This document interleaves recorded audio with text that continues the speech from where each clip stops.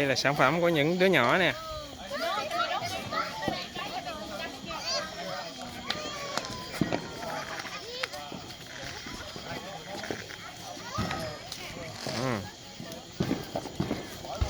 Bia.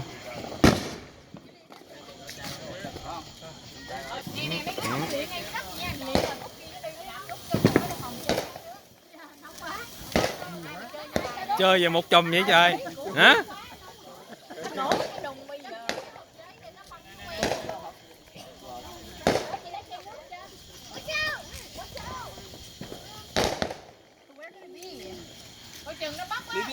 Maybe in the house.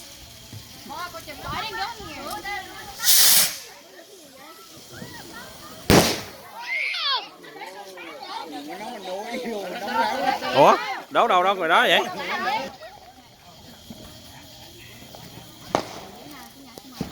Dỡ lên, dỡ bớt lên. Kia cái mẹ này. Chị con đi kiếm đi. I tried looking. Either I didn't see it. Well, my face is clear and my phone is white, so it's hard to see. Nhưng mà như vậy nó có bằng đấy.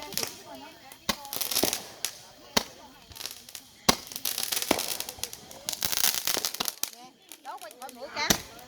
Đâu không Tim? Vô mắt hả? Đốt vô mắt luôn hả? Đi gần đâu không?